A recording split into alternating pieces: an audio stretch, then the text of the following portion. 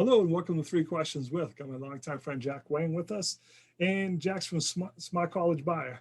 So Jack, welcome to the show today. Thanks for having me on, Kevin.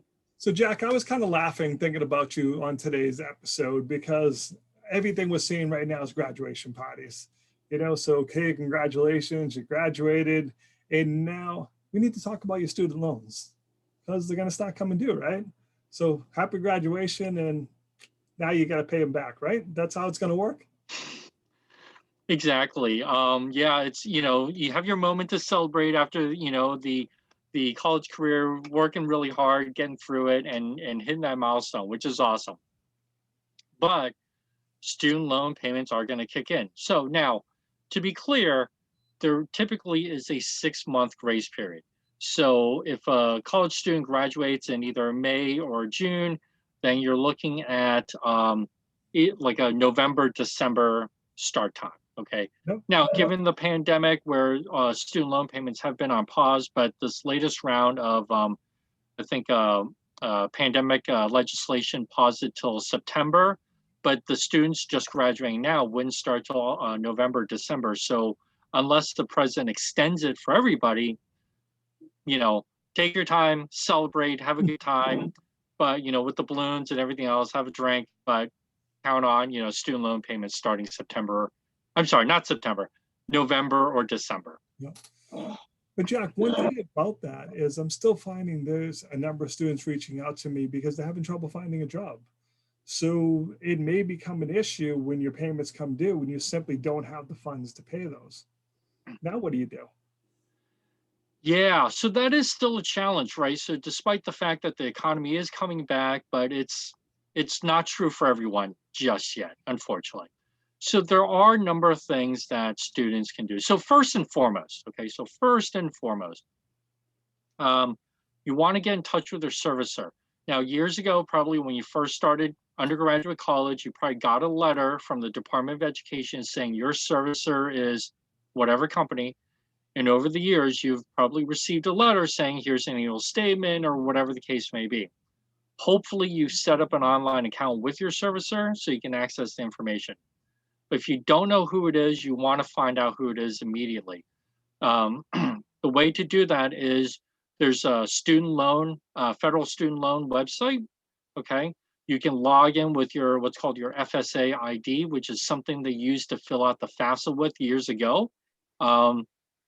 If you're graduating now, and it'll tell you who your servicer is. Now you have a couple of options. So student loan payments are going to be starting, right, 6 months typically after graduation. So they're going to be looking for a bank account or sending you a bill. So right away, if you don't have a job or whatever, or if you're working in a position that doesn't pay a lot, you can apply for a continued deferment, or if you have to, for forbearance, which is basically saying, hey, I don't have a job right now. I can't afford these payments. Please defer my loan some more so I don't have to make payments. Just keep in mind that for most loan types, interest is still going to accrue, right? So it's not a free ride totally. Just because there's no payments doesn't mean you won't pay for it eventually. The other thing is, let's say you do have a job, but you can make some payments. Just know that starting out, everybody starts out on the same repayment plan, which is a 10-year repayment plan, okay? Which may or may not work for you. If it doesn't work for you, you can apply to change repayment plans right away.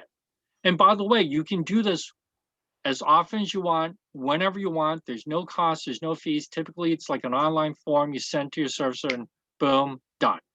But for example, like if you can't afford the 10-year repayment plan, maybe you start out on the graduated, which starts you much lower and then goes up every 2 years.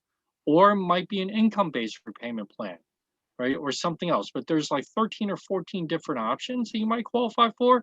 So you can change, day one, right? And change to something that you can afford. So, but you want to get on top of this right away. You don't want to wait till later in the year, right? And now the holiday times are rolling around. You're getting busy, getting kind of stressed out, that normal holiday stress. And then on top of that, oh, by the way, here's somebody looking for their money too, because that's a lot.